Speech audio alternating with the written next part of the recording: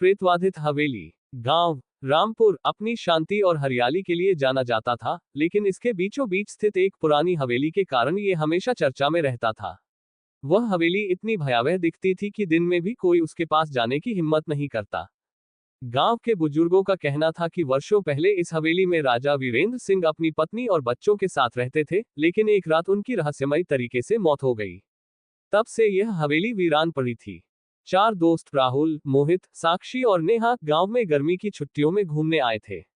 वे सभी शहर में पढ़ाई कर रहे थे और हमेशा रोमांचक चीजों की तलाश में रहते थे। जब उन्होंने हवेली के बारे में सुना तो उनके अंदर जिज्ञासा जागी। गांव वालों ने उन्हें वहां जाने से मना किया, लेकिन उनकी मना करने की बातों ने उनके मन में और भी ज्यादा उत्सुकता भर दी। एक रात, चांदनी रात में, वे चारों दोस्त टॉर्च और कैमरा लेकर हवेली के अंदर घुसे। हवेली के दरवाजे अपने आप चरमराते हुए खुले और एक अजीब सी ठंडी हवा उनके शरीर को छूकर निकल गई। अंदर घना अंधेरा था, दीवारों पर मकड़ियों के जाले लगे थे और फर्श धूल से भरा था। अचानक उन्हें लगा कि कोई परछाई उनके पीछे से गुजरी। वे घबरा गए, लेकिन हिम्मत जुटाकर अंदर बढ़ते रहे। हवेली के अंदर घूमते हुए उन्हें एक पुराना चित्र मिला, जिसमें राजा वीरेंद्र सिंह अपने परिवार के साथ खड़े थे। लेकिन जैसे ही उन्होंने उस तस्वीर को ध्यान से देखा तो राजा की आंखें लाल चमकने लगी और एक भयंकर आवाज गूंज उठी। नेहा घबरा गई और तस्वीर नीचे गिरा दी। वे तुरंत सीढ़ियों से ऊपर जाने लगे, जहां उन्हें एक बड़ा दरवाजा दिखा। दरवाजे के पीछे एक कमरा था, जिसमें चारपाई रखी थी, लेकिन चारपाई के ऊपर बैठी हुई एक धुंधली आकृति दिखी। जब उन्होंने टॉर्च की रोशनी उस पर डाली तो वह आकृति हवा में विलीन हो गई। अचानक हवेली में तेज हवा चलने लगी और दरवाजे अपने आप खुलने बंद होने लगे। राहुल ने कैमरा चालू कर दिया, लेकिन जैसे ही उसने स्क्रीन में देखा, उसे वहां एक औरत दिखाई दी, जिसकी आंखों से खून बह रहा था। वो सब डर के मारे दरवाजे की ओर भागे, लेकिन दरवाजा किसी अदृश्य शक्ति ने बंद कर दिया था। हवेली में गूंजती चीखों ने उनकी हिम्मत को पूरी तरह तोड़ दिया। तभी उन्हें महसूस हुआ कि कोई उनके पीछे खड़ा है। उन्होंने धीरे धीरे पीछे मुड़कर देखा तो उनके ठीक पीछे एक लंबी काली परछाई खड़ी थी। साक्षी ने हिम्मत दिखाकर दीवार पर टंगी एक पुरानी तलवार उठाए और राजा की आत्मा की ओर बढ़ी। लेकिन जैसे ही तलवार आत्मा के पास पहुंची, वो जलकर राख हो गई। अचानक वह परछाई तेजी से उनकी ओर बढ़ने लगी। उन्होंने अपनी पूरी ताकत लगाकर दरवाजा तोड़ने की कोशिश की और आखिरकार बाहर निकलने में कामयाब हो गए।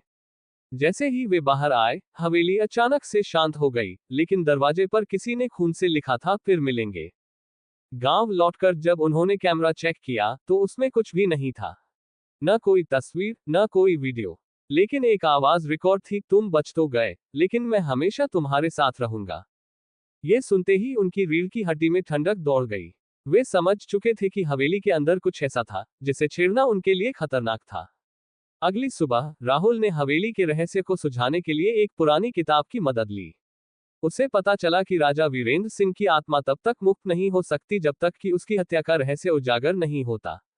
गांव के एक बुजुर्ग ने बताया कि राजा की मौत किसी हादसे से नहीं, बल्कि किसी साजिश का नतीजा थी। राहुल, मोहित, साक्षी और नेहा ने इस गुत्थी को सुलझाने की ठानी। उन्होंने गांव में पुराने दस्तावेजों को खंगाला और एक दिन उन्हें एक गुप्त तहखाने के बारे में पता चला, जो हवेली के नीचे मौजूद था। जब उन्होंने तहखाने में प्रवेश किया तो वहां राजा की डायरी पढ़ी मिली, जिसमें लिखा था कि उनके किसी करीबी ने उनकी हत्या की थी। जैसे ही उन्होंने ये पढ़ा, हवेली फिर से हिलने लगी, लेकिन इस बार कोई डराने के लिए नहीं, बल्कि उस आत्मा को मुक्ति देने के लिए। अचानक हवेली में एक जोरदार धमाका हुआ और सब कुछ शांत हो गया। अब गांव वाले हवेली को देख सकते थे, बिना डर के। कुछ ही महीनों में हवेली को फिर से ठीक कर दिया गया और अब वहां कोई भी अजीब घटना नहीं होती। चारों दोस्तों को एहसास हुआ कि भूतों से डरना जरूरी नहीं, बल्कि कभी कभी उनकी मदद करके सच्चाई को उजागर किया जा सकता है। आज वह हवेली एक ऐतिहासिक धरोहर बन चुकी है, जहां लोग बिना डर के जा सकते हैं। लेकिन अब भी रात के समय वहां जाने की हिम्मत कम ही लोग करते हैं।